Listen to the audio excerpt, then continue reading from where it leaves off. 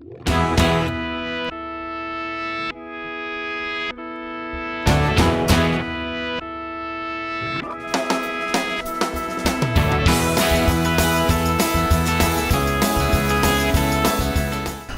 to Powerful Women Revealed. I'm your host, Nicole Perry, and today we're talking all about career, but really more specifically, all about fashion, one of my favorite things. My guest is a personal stylist, and she customizes her clients' wardrobes to ensure that they actually fit their own personal style as well as lifestyle. She's a wardrobe consultant, a fashion expert, and a personal shopper. She has over 15 years experience in the fashion industry, and she styles for TV as well. And she's been the founder and CEO of Trust and Tricia since 2008. Tricia Cromwell, welcome to the show. I sound so important. I love when you do that. I'm like You eagerly are. listening. You are That's important. me. And I just want to say that Tricia is my personal stylist, but my mom is my personal shopper. Yes. And I can't fire her. No, you sure can't. But I don't want to fire her. You have no, I don't want to anyway. She does a great job. She does. she gets me.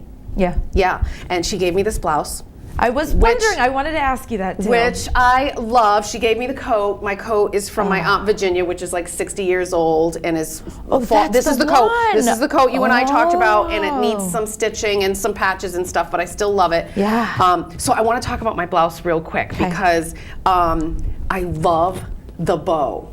Can everyone see the bow? I love the bow. It's a good bow. And I love the style of it, and it reminds me of the 80s. And it reminds me, and when I see the movie When Harry Met Sally, it's one of my favorite all-time movies, and she goes through the phases of all her different fashions. The bow reminds me, right? In the movie when she's on the airplane, she's got the bow, she's got the 80s look. Oh yeah. So this is kind of an 80s look? You Maybe? know, Not really? It is, and it depends on what twist you put on it and what memories it associates to. Like, all clothing has an emotional attachment, whether people realize it or not. So it's what emotion it brings you or what memory it brings you. But that style, it's almost like a classic. It's really timeless. Like, we saw that in the 20s and 30s. We saw it in the 80s, huge, or even in lace, or something crazy. Yeah. And then we saw it in the 90s, more like what you're wearing now. I think more structured and slimmed down. And it's not going anywhere. Yeah, So- I love it. So maybe that's why I like it, because it's classic. Exactly. Okay, so let's give the viewer a little bit of your background. You are still with Ralph Lauren for how am. many years? 10 years. Okay, so Just tell been us 10.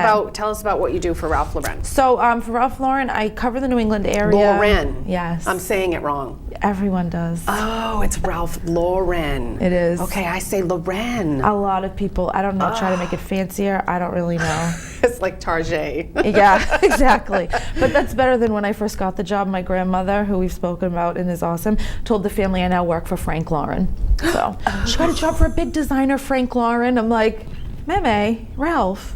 But anyhow, Frank, Ralph. 10 years ago, Frank and Ralph, when I started working with the fellas. No, I'm a brand manager with them. So I go into department stores and I'm kind of in charge of the area in New England and just making sure that the stores have what they need. They have the correct product and visuals and signage and the markdowns and locations in the stores are correct, and kind of like Ralph Lauren's eyes and ears in the field a little bit. And it's you're very independent.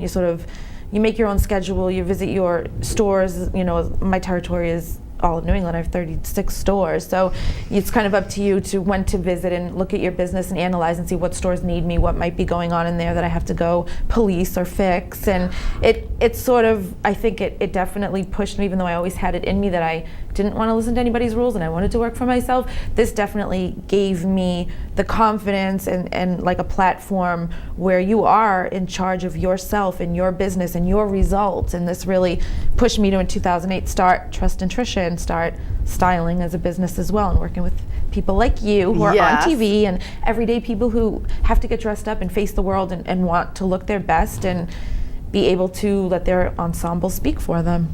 And now I know why you are hitting TJ Maxx's like all over New England. It's so embarrassing. I'm like, so you're posting things on Facebook and you're like, oh, I went to the Marshalls or TJ Maxx here, and I'm like, why is she way out there? It's because of the Ralph Lauren. Yes.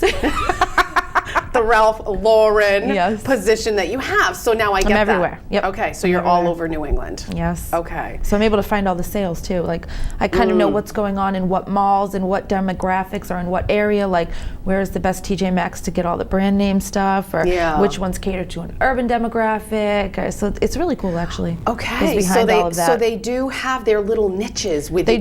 do. Yep. All stores buy for whatever they may have labeled that store as, whether it's a volume tiering or a demographic tiering or based on selling. You may go into an Ann Taylor that has a ton of basics, but then if you go into the Ann Taylor at the Prudential, they have everything, and they have the $900 leather jackets that you see in the ads and all that kind of stuff, whereas you may not see that in a suburban mall. Oh, okay. It's really cool. I wanted to be a buyer, so I know about that stuff too. That's what I went to school for. Oh, okay. Yeah. And now, so within the Ralph Lauren, catching myself now, within Ralph Lauren, do they sort of have that same vibe in each of their stores? Okay. Yeah, so it makes absolutely. sense. Yep. They cater to the public, right? That's right. Okay. That's right. Now, let's talk a little bit about why you decided to move into this industry, because you said you didn't really always know that this is something that you wanted to do. Right. Or you didn't know that there was a job out there for it. Right. I kind of just thought, and like we had just spoken about, that fashion meant retail. And so you work in a management or in a visual position or in a merchandising position, which I've actually done all of those. And then when I went to college, it did enlighten me. And then back shopping for my grandmother, who was my first client when I was younger, that started to show me different avenues of fashion and different. I remember being in college, and during the internship, one of the places I went to Johnson & Wales in Providence, and so we went to the Trinity Rep Theater and talked to the costume designer. And I just remember something sparking sitting with the crowd, and I was like, wait a minute, that's kind of cool. That's really interesting, and kind of just put it on the back burner because we're in Boston. We're not in New York where there's not Broadway shows for me to look into styling and all that good stuff. So I kind of just thought it maybe wasn't for me. But then it was just like little things in my life all added up, down to like what not to wear. Such an awesome show and so inspirational. And I'm watching and I'm like, wow, this is what I do with my friends and my family members and my friends who hate shopping. Like, would strangers let me help them this way? Yeah. So I put myself out there. Well, I'm so glad that I met you and found you. I know. We met through BIG. Yep. And BIG is an organization that I am involved in, and I'm a leader for, and it stands for Believe, Inspire, Grow. So we met there. But the reason why I, hired you to come in and fix my wardrobe, I really wanted you to give me that diagnostic, that diagnosis, Everyone wants to what know, am like, I how doing am I doing? wrong? Do I have all the classic pieces that I'm supposed to have? Yep. Or not that I should have or shouldn't have, but the pieces that help you in your wardrobe. Right. And you came to my house and created 27 outfits in less than 2 hours. Yeah. So it was very impressive. And I knew that I needed your help because of the show. Yeah, that's right. That was the first thing that you had mentioned. I'm going to start filming. I need some outfits. And even though I'm creative, I'm like, I really want to get a different set of eyes. Yes. And a different look and view and opinion. And so that was really great. So that's how we started. And we're going to talk about some more things that are coming up about your style swap later on in the show. But right now, I want to talk about Cheap Chic, and it's a on-demand program. Okay. That I still haven't seen. I was still waiting to find out about that. I promised. You've been on the radio a couple of times, and I promised that by the time, I shouldn't make promises that I can't keep. There's been so much snow, and so much stuff going on. I haven't watched it yet, but it's on demand, and I don't know how to do on demand, so I need my kids to help me. So tell me about the Cheap Chic. So Cheap Chic is a fashion segment that I host, which is on Comcast On Demand. So it's great if you haven't seen it yet because it's on demand. So when you want to go see it, you can just sign on and see it. There you go. And so what happened was, I guess a few years ago they had this segment and they were looking to revive it, and they needed a host, and they had seen another show that I had hosted called Fashion Buzz on Style It Up.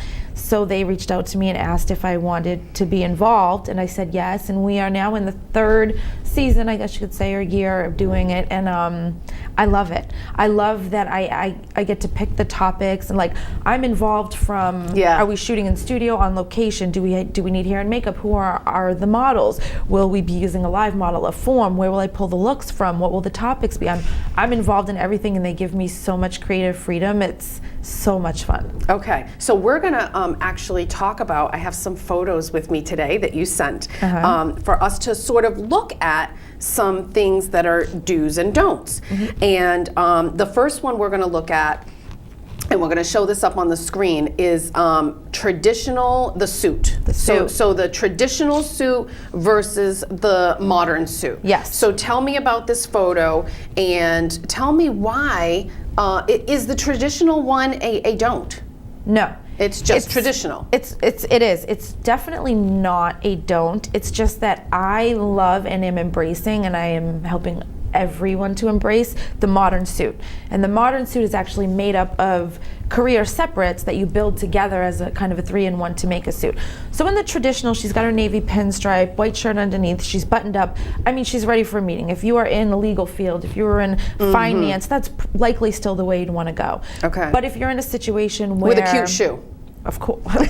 That goes without saying, no, of course. Okay. But if you are in, a little bit more of a modern or trendy field, or laid back office, or have some of those laid back days, you can actually create your new suit using suit pieces. Your top and bottom doesn't have to match. It doesn't have to be the exact suit. And I'll tell you one of the reasons I love that, because once you wear your suit a whole bunch of times, you always wash the pants more than the jacket. Because sometimes the jacket sits on the back of your chair all day, and you end up having to wash the pants, and then the colors don't match anymore. The colors fade and the materials fade. So this is great in situations where someone may think, oh, I can't wear this suit anymore, the navies don't match. No, you can wear that navy blazer with a pair of gray dress slacks or tan dress pants. Okay, now, but what about the fabric? Doesn't the fabric have to be, as long as the fabric's not fighting? Exactly. As long as it's We've talked about that. That's right. That is right. Exactly. I am all about everyone getting along. That's so exactly the jewelry has to get along. Yes. The colors have to get along. Yep. And the fabrics have to get along. It's all about mixing up and just kind of playing with it, but still having everything get along. So literally, if you have neutral pieces, like a neutral layering piece, a cardigan or a blazer, and a neutral pair of pants, and you just put any pop color blouse underneath or printed blouse underneath, it's like your 1, 2, 3 suit created and go. And you get to show your personality through that. I love it. So much more fun. I love it. And we just talked about on the radio how even though you have that basic fundamental, the jacket, the blouse, the slack, or the skirt, the jacket, the blouse, or the even the cardigan. Yep. You got that 3-piece fundamental. Everyone looks different. I know. I love that question. I loved that you asked me that question. Because it took me a while to figure that out. But when you watch What Not to Wear, or when I've seen what you've put together, and then I hear you explain it about go ahead, tell me about the preppy gal versus me versus, see, that's why we're all looking different. We all look different because that's what fashion and style is. It's not just wearing something off of a hanger or a mannequin or a runway. It's your personality and your style showing through. So even if we were given the same basic combination, which I give a ton of my clients, to wear a shirt, a layering piece on top, and bottoms, we won't all look the same because we all have different personalities. So like I said before, if you're the preppy client, you would probably reach for the navy boxy blazer with the gold buttons. If you're a little bit trendier like yourself, you might reach for a lot of hardware, a lot of zippers, or faux leather detail, or fur collar. I mean, there are so many different jackets and blazers, asymmetrical zippers, moto style. I mean, there are so many different pieces that once the combinations come together, no one looks the same because they've all put their taste onto it. Now, how did you become so passionate about fashion? I know, right? You love everything. I do. You eat and breathe fashion. I know. You even said to me, I said, can you live without accessories? You're like, no. No, can't live without accessories. I'll have an anxiety attack. No, I don't know how I became so passionate. I have no idea. I just was always involved. You know what's crazy that I never realized until recently? When I watch TV, and I watch a lot of TV, that's what I look at. Like, Yeah. I look at, what is the actor wearing? What are they trying to say? Like, if it's winter, where's their coat? Or just the craziest things that has always stuck out to me, like, as long as I can remember. I think it also came from growing up and I didn't have a lot of money. And I had to be creative to kind of keep up with the girls in school, or to put things together, or my hand-me-downs that I was working with, or, you know, whatever my mom could get me at the time. So I don't know if it just kind of got ingrained in me, or you were forced to be creative. I guess so. Yeah. And you know, now let's talk about the kind of people that there's nothing wrong with this, but there are people, I know what you're gonna say. There are people in the world that, you know, are just the kind of sweatshirt and, you know, Patriot sweatshirt and jeans and sneakers kind of people. And they just want comfort. They really just don't care about fashion. Is there hope for do they have other things in their closet that they're just not sharing, or is there a way for them to take the jeans and the sneakers and the sweatshirt to a different level? Of course. Maybe that's the real is. question. Of course there is. I have so many clients that tell me, I just want to be comfortable. Whatever it is, I need to look good, but I just want to be comfortable. And you love jeans. And you I'm wearing them now. You're wearing jeans right now? I know, black jeans. I'm telling you, Tricia's I did not know you were wearing jeans right now. You can get away with black jeans in so many situations because they don't look like jeans. They don't look like jeans, especially when you dress it up. You look so beautiful and dressed. Now, had I been wearing a t-shirt and sneakers, you would have been like, did you just show up on my show with jeans? Yeah. But you had no idea. Oh my God. Live in jeans. Live in jeans. Yeah. So now going back to the, is there a way for them to do it in a little bit of a more stylish way? Yes. With no white socks. No white sweat socks. Anti-wet sweat socks movement. Did I say that right? There is a way, and I think that it is working with someone like myself who, there are so many psychological reasons, like really when I said, like, I'm going to be a stylist, I didn't realize I was also saying I'm going to be a pretend psychologist sometimes. But there is so much psychology that goes into it. So if we do have someone that's just wearing the oversized clothing, and sometimes they feel like they don't deserve to put that much time and effort into themselves, or they can't justify it, or they're hiding, or they're not happy with their body type and they're not sure how to dress it, so they feel like, well, this is all that fits me, or this is all I look good in, or, well, I can't afford to shop, or I don't have the time, so this is what I have, and I make it do. And people don't realize that it is a small investment, where if you get core versatile pieces, you don't have to buy a whole new wardrobe to be able to mix and match and feel like you have one. People also don't realize, if you look into the fabric makeup of clothing, there are some people think I can't squeeze into jeans, but if you're looking at jeans with an extra bit of spandex that has some of the stretch, or it is a softer denim, it's much more comfortable. I've had so many people tell me, I can't wear jeans, they're just so comfortable, and they want to wear yoga pants, the mom trap yoga pants I see all the time. And then I get them into jeans. Well, they're trying to ban yoga pants right now, aren't they? They are? I support that. If anyone's doing that, I support that. No, completely. it's a whole political thing. I don't want to get into it, but it just popped into my head that I can't remember who's trying to ban it. I think it's somebody out in one of the western states. Let's just say like Michigan or North Dakota or something like that. I can't remember. But anyway, yeah, they're trying to ban yoga pants. Well, we'll see what happens with I think that's silly. But anyway, so really, it's about confidence. It is. It's about investing the time in yourself and just kind of going outside the box a little bit, and having someone like myself who is unbiased and educated be able to tell you, yes, this looks good. Yes, if you wear something a little form-fitted, it doesn't mean that you are going to automatically attract all this crazy amount of attention that you don't feel comfortable with. Yeah. It means that on the inside, you're going to start to feel better. And if people are paying attention, it's because you're radiating that feel good, look good ratio that we always talk about. Yeah, we have talked about that several times, and I strongly believe that it goes hand in hand, and it's inside, feel good on the inside, you'll look good on the outside, and vice versa. When you look good on the outside, you will feel better about yourself, because your clothes, you say it's all about fit. So fit and confidence. And really what I want to talk about now is I want to talk about Project Hope. Because you're so passionate about the confidence and the fit and helping people. Yes. So tell me about Project Hope. Project Hope is is awesome. They're located in Dorchester, and they actually help to move families up and out of poverty. Yeah. So they do have a shelter that houses families, and they're very rooted in the community and helping families. I, of course, come in with the women because they are going through transitions in their lives, whether it's homelessness or domestic abuse or legal issues, or they're going for their GED or a job training, or they go to Project Hope for help with childcare. It's something within their life where fashion kind of is on the back burner, but they need professional clothing to attain these jobs that they're training and interviewing for, and they may not have the funds or the resources or the transportation.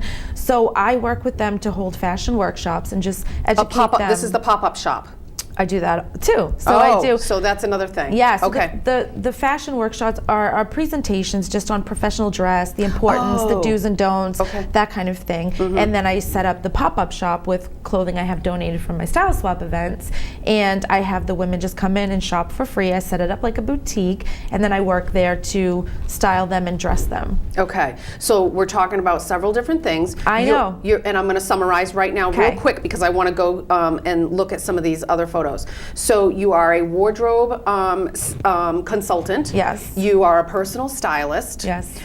You are doing a TV on-demand thing with Comcast. Yes. So people can go on demand. Yes. And I want on my website. Or on your website. YouTube. Your website is beautiful, has tons of helpful information on your website. Oh, good. So the on-demand, real quick, how many shows are there for people to, they archive all of them? They do. I think. Or is there like 3 or 4 or 6 or something? I think there are like 10 or so. How long are the shows?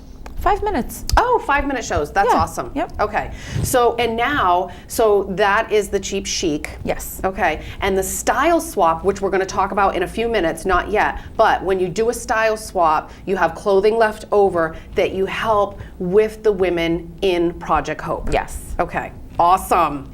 It's amazing. I know. You're doing so much. And this I is all on know. top of Ralph Lauren. Did I say it right? Yes. Okay. All right. So let's talk about this next. This is a definitely do and don't, or don't and do example. And are you actually helping the women in the pop-up shop and the Project Hope with very specifics like this as well? Because this is a pop of color, a do and a don't. So addressing Project Hope, I work to dress the Speakers Bureau for their appearances at a big Rise and Shine breakfast that is Project Hope's big annual fundraiser each year. And so these women who have gone through trials and tribulations have utilized Project Hope services and are now success stories. They share their stories. I love it. At this event, they obviously... I'm getting goosebumps right now just hearing you say it. And to hear their stories is amazing. I get to actually sit in the workshops while they work on their speeches. It's just awesome to be a part. But they need obviously to be presentable to present their stories. So in the pop-up shop, the point is to get the Speakers Bureau their outfits, and I will style them just like in this do or don't, and say, wear this one, wear that, what shoes do you have at home? For their body type? Yes, for them strictly, for an hour. And then once that hour is up, it's open to everyone else in Project Hope. It's closed to the public, but everyone else in Project Hope can come in. So I definitely do one-on-one styling with them, and then helping everybody else shop once they get in. Okay. And you just sent me an invitation to your style swap. Yes. And we'll talk about that in a minute. Okay. But I love the photo of you going like this. Oh, I love it. And all the women are behind you, and you're like, nope, can't go yet. It's not letting the ladies in It's yet. adorable. It's adorable. Now, I love this pop of color, and I don't see anything wrong with the don't. Okay, that's awesome. We talked about it, but you said that the color in the photo is not quite the actual, you know how your computers can all be different. The color is a little bit off, but what's happening in the pop of color, you don't have to wear all of your colors at once. You don't have to wear everything. And a lot of people feel like, well, I'm fun, I'm bubbly, I want to show my personality, I want to show that I'm happy, so I'll wear a ton of colors, when sometimes you make a stronger statement by having only one or two pops. So what she's doing in the don't is she's popping actually too many colors. She's popping too many colors. She's a little bit too busy, and especially for this to be in a workplace. Where in the do, we've then transitioned it to, actually it almost looks like what I have on today. I didn't plan that. No, not really. But we kind of gave her a print, the neutrals, and then we added the pop of color, so her blazer is her statement piece. A pop of color could be a scarf, a piece of jewelry, it could be your lip color, it could be your shoe color. but just kind of a way sometimes, if you feel you have to tone yourself down, to remember you're actually making more of an impactful statement. I know. By having just one or two punches as opposed to every color you've got. Yeah, less is more is the whole. You know, I'm to the age now where I feel like I just want to wear all of my jewelry. You know, there are women in the world that as we get older, we just, you know, we walk out the house with all of it on. and you really, you know, you should know it. Yeah, not all the time. Yeah. Okay, but we don't want to shit on anybody, right? We you know, you do what you want to do, but if less is more. Less is more. Okay, so and the one last thing I want to say about the pop of color is that the gal in all of these photos, it's a young, you know, very thin, beautiful gal. So not all of these things can be for everybody, or I guess all of these can. Well, it's kind of like we talked about earlier. It's the basic 'cause she's 1, skinny. 2, 3. So if somebody's a little bit heavier, they can still get away with the same pop of color, of course. I guess, right? Of okay. course. All right. Well, the thing I want to bring up is the gal. She's wearing the stripes. the skinny stripes, I knew and that's I've where you were always going with that. I've always avoided the stripes going this way. But because she has a jacket, That's right. the jacket itself, the blazer, is giving her an illusion of one center stripe. So exactly. That okay. I dislike that fashion myth to stay away from stripes, horizontal stripes, because there are things that you can do to, yes, they go across. Yes, you can wear a jacket over it, you can wear a scarf, you can wear a necklace. If it's a V-neck, anything to help kind of elongate and give that vertical line to offset. Yes. Doesn't mean you're not allowed to wear stripes ever. That's silly. Yeah, this I like the V because I feel claustrophobic when anything is too tight on my neck. So even if I have a round T-shirt, you know, I cut out a little V. You do? I do the whole flash dance thing. I cut up my clothes. But let's talk about the color-coded closet. Okay. Because this is another something. Fashion myth. Because this is something that I thought was amazing that you didn't think. Not until you came to my house and you did the wardrobe and I had the 27 outfits did I realize, oh my God, you don't have to color code. You really need to organize it by outfits. So now I just grab an outfit. It takes me 5 minutes to get ready. Yeah. Now sometimes I'm dipping in and I'm trying to get a little more creative, so I'll take a little bit longer.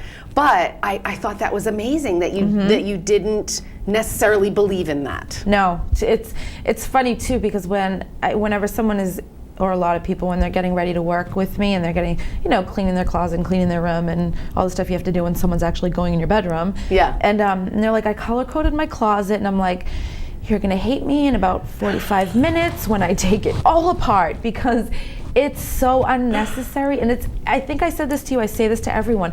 Do you wake up and say, I really want to wear red today? Today is a red day. No, but when I have all of the outfits that you created for me, if I have a brown blazer, you know, with a white skirt, and we paired it with an aqua, you know, sort of a tank top or something.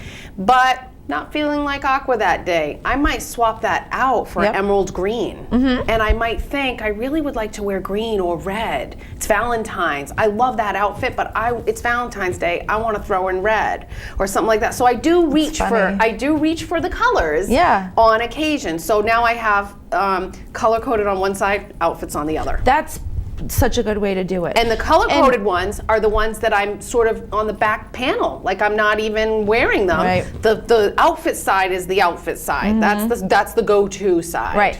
Yeah, and I recommend, because I'm not against color coordinating. I'm just against that being the only way you organize your closet, or the priority way that you organize your closet. And it's my retail background, but it's also me knowing my kind of layering strategies, is that I prefer your closet to be by classification. So all of your tank tops together, then all of your cardigans together, all of your blazers together, all of your skirts together, so that way you can say, okay, a layering piece over the top layering piece and my bottom, boom. Oh. As opposed to just having to say, I want something yellow. I hear what you're saying you about wake up that. and we're in New England. It could be freezing and then it could be 70. Well, so it's kind of like you're not you think like, what do I have to wear so that I don't get hypothermia, before you think like, I really want to wear orange, right? Yeah. Yeah. So, I mean, that can come secondary, and that's exactly what you said. Sometimes you'll pick the combination and then want to switch the color.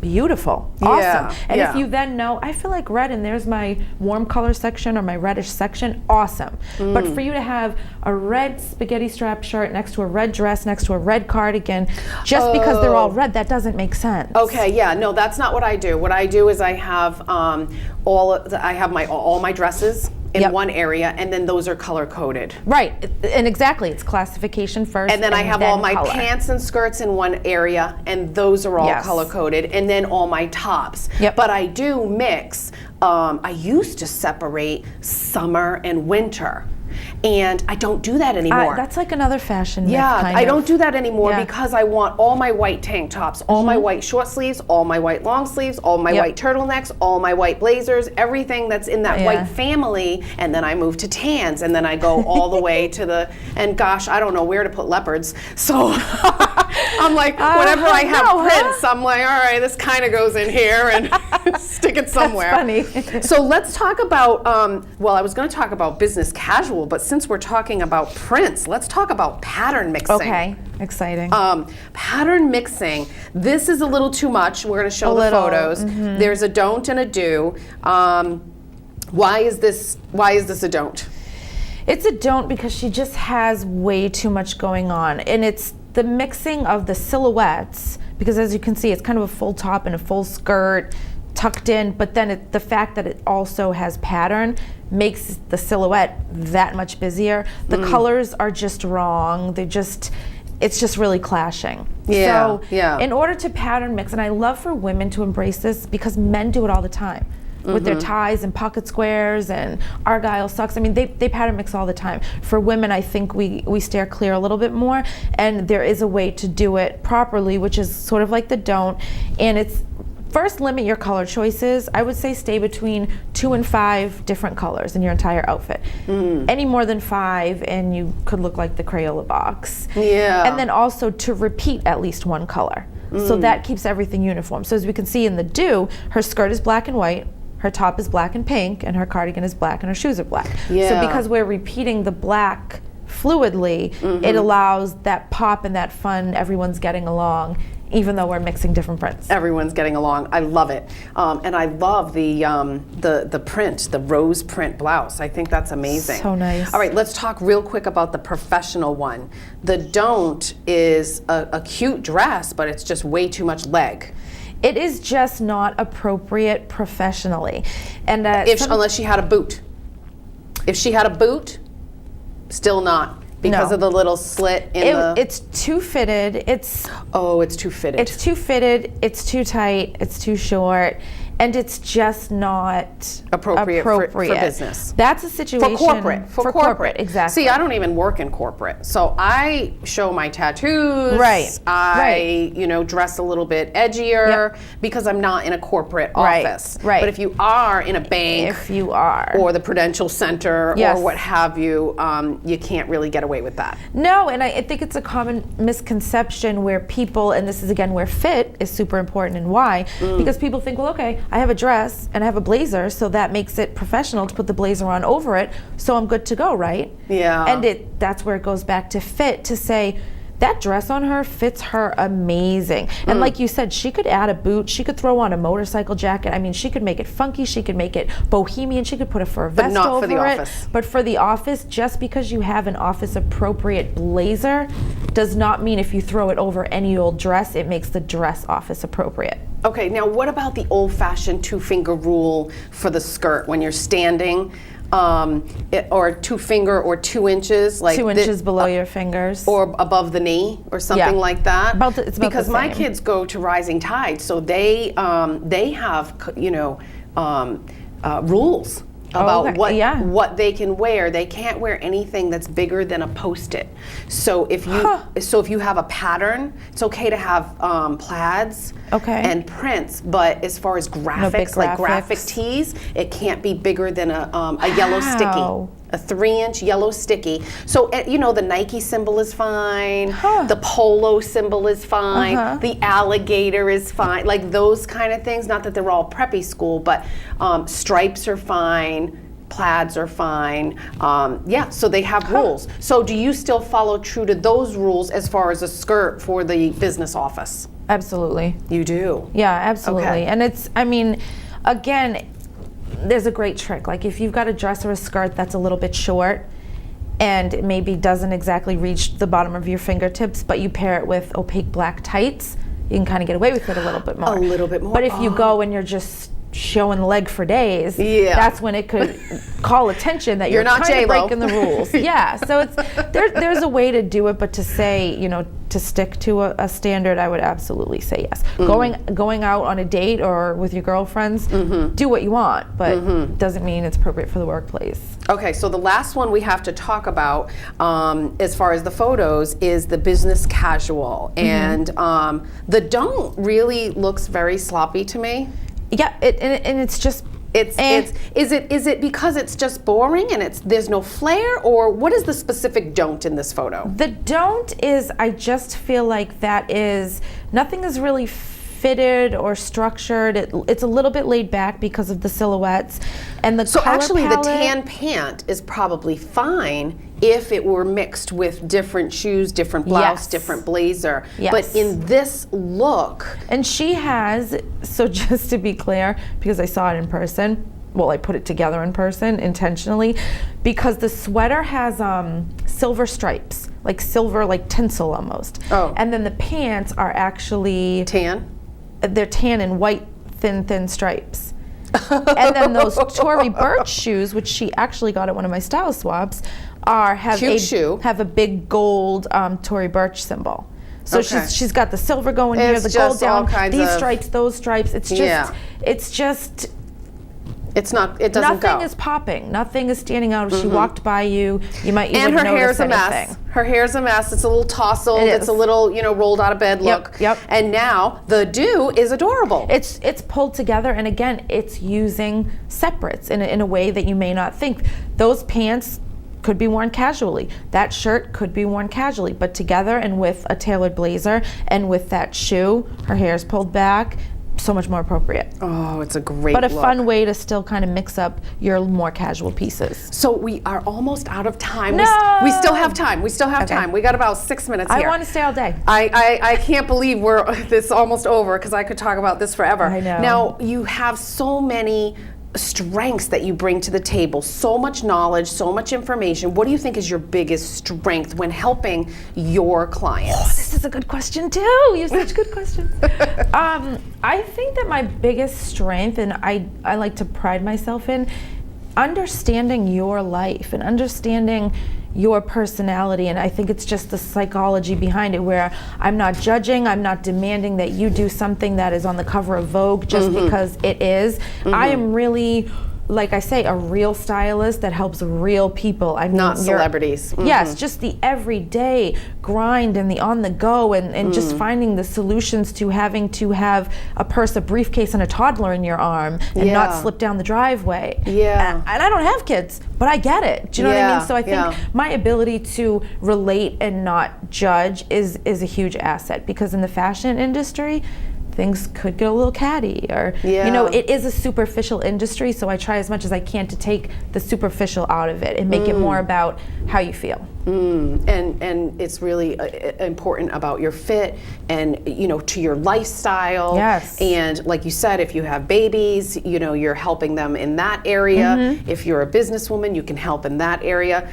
We have time, so I want to talk about your style swap. Me too. And people, we cannot sort of have a call to action Of course. on the show. So, and I know you know that. So if they want more information, they can go to itrustintricia.com.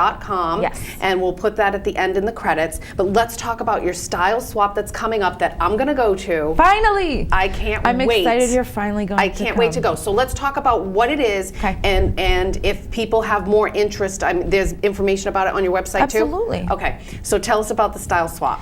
So Style Swaps are a clothing swap event that I started in 2011, And I started those because when I would work with clients, we would have kind of an edit pile of items that they didn't need anymore. For example, if someone was changing careers and they had 15 button-down shirts that they don't have to wear anymore.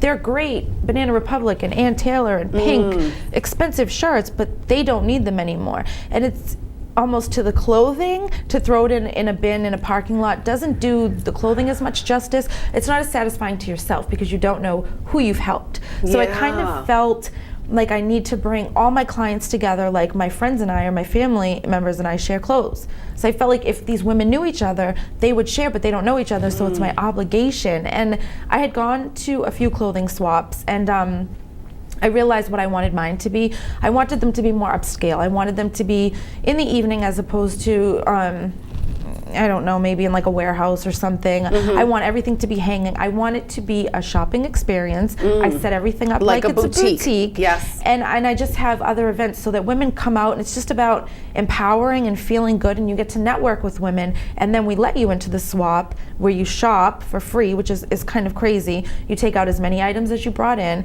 And it is amazing, and I have stories and my testimonials on my websites, but my website, not yet, do I have several, there's Facebook and there's other social media landings. But I do, where women have, gone in and you see someone picking up something that was yours, and you're like, oh God, I loved that top. And they're like, this is so cute, why did you get rid of it? And you're like, well, I don't know, I loved it, but I used it too much. I wore it with white jeans. And they're like, I'll wear it with red jeans. And you're like, awesome. It's just like amazing. It's not a competition. It's camaraderie, and it's women really sharing style. And I love how you call it an edit pile. So when you go in, there's an edit pile. It's not a purge pile. No. It's an edit pile. And really, I think that sometimes the reason why we hold on to stuff is because we don't know where it's going to go. That's right. And there's nothing wrong with it. Well, unless you're, a hoarder and you can't let go of anything, and then you can't walk around your house. But because there are times where I don't want to let something go. But knowing that it's going to go to someone else, like you said, rather than in a big bin or a bucket somewhere. Now, those are the kind of things that you want to put things that are torn. Right, or just maybe an old ill-fitting pair of jeans from like '88, or I mean, those charities are great, and they do amazing things as well. Mine is set up so that it's like-minded and like-styled women get to come together, and you're donating twice. So you're cleaning out your closet, you're getting rid of items that you don't use anymore, but they're not ripped, they're not torn, they're not stained. You just don't have a use for them anymore. You're bringing them to an event where there are 75, 100 other women who would fit your items, like your items, use them to go to work in, and you get to kind of see, oh, all my stuff was taken, that's amazing, or she got my jacket. And then what isn't taken is then donated to Project Hope. So it's a win-win. It's kind of like you're adopting out your clothing or something. It makes you feel better than just leaving it. And I almost feel like now that I've had you come, and you've done my wardrobe, I know what to bring to the style and some swap. accessories that you gave me. I gave that you I already have. Yep, I gave you accessories, but now I know what to bring to the style swap, because you need to bring things that are gently worn. Yes. It's sort of like consignment, but in a different way. It is, because again, you want everything to be fair. You want to know that you are going to come out with the same quality you're bringing in, and then also these women need this clothing to attain jobs. And you know what I mean, to make appearances or go to school every day or training classes. So this is obviously things that are in good condition, relatively new, but we have had some vintage pieces which have been amazing. But it's you never know what's going to come. But I'm excited because I know we've talked about it for so long, and I now finally cemented for. I usually do the swap seasonally, so 2 to 4 times. When a is year. the date for the March 26th? Okay. So the spring style swap Thursday, March 26th in the evening. Okay. It's at the Easton Country Club.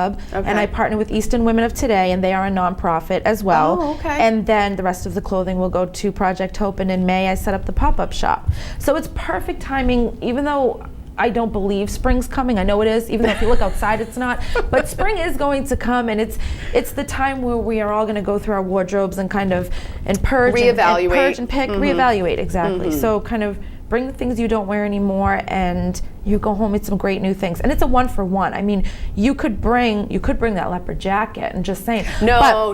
This is a family heirloom. Of course not. No. But you could bring a jacket, and you could leave with a purse. You could bring Yeah. a bracelet and you can leave with a dress. I mean, it's a 1-for-1. So if you're looking to clean out your closet and not take home as many items as you brought in, it's a great help. If you're looking to update your wardrobe in a budget-friendly way, because all you're paying is the ticket price, you're not paying per item, Yeah. then this is a great way to update. Yeah, it's a wonderful thing, and I'm really big about recycling and repurposing and reutilizing and reinventing, really. Yes. So I want to thank you so much. We're out of time. No. I want to thank you so much for being here. Thank you I for want to having thank me. you for tuning in. You can go to, if you want more information, you go to itrustintricia.com. And thank you for tuning in to Powerful Women Revealed. I want to thank you so much for watching Powerful Women Revealed. I can't say it enough how the Power Show is really such a great, compelling way for entrepreneurial women to capture and share who they are, why they are so passionate about what they do, and how their business is unique and stands above the rest. With so many big businesses out there today, I really believe it is vital to communicate who we are as entrepreneurs and why our products or services are exceptional and communicate that in a powerful way. Tricia Cromwell is such a powerful woman. I originally reached out to her because I knew I was going to be doing this TV show and I needed help. And even though I'm creative, Tricia helped me to see outfits that I didn't even think to put together. I love that her business is called I Trust in Tricia, and I say that often because I do trust her. But what I really love about Tricia is that she is on a mission to help transform the wardrobes of women and men that really want to take advantage of the clothes that they already have, whether professional or for personal. I so love that she is on this mission because I am also big on repurposing and recycling and reinventing and rejuvenating the things that I already have. What is really funny is that when she first came on my radio show and I discovered that she is not a big believer that color coordinating your wardrobe is really not necessarily the best thing to do, I looked at her after the show when she came to my home to help me, and I looked at her and I thought, oh my God, Tricia, that's really bad. I can't believe you said that out loud.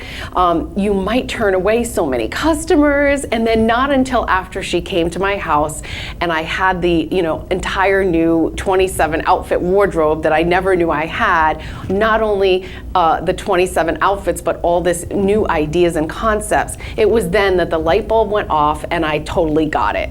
It is really great to organize your clothes by outfits. So now I've got the one side for my go-to outfits and the other side for my color coordinated reachable items that I can swap out or introduce. And really, taking your time and self-care to put your best foot forward every day and dress for success is really important, and it's important to me. And Tricia is so good at what she does, and I pull from her expertise every time I grab one of those outfits that she so effortlessly puts together for me. She is an expert, and I'm extremely grateful to have Tricia in my life because she has my best interest in her heart. Tricia and I are strengthening who we are together, and I hope that we are empowering women of all ages to follow their dreams and inspire the women of the future generations to be the change that they want to see. It is my personal mission to acknowledge such amazing women in business and women entrepreneurs. I have the pleasure of meeting and knowing some really amazing women, and I am absolutely honored to promote them, who they are, what they stand for, and how they are helping people in and beyond our communities. I hope you will tune in next Tuesday at 7 p.m. for another episode. I'm your host, Nicole Perry, and I want to thank you for watching Powerful Women Revealed.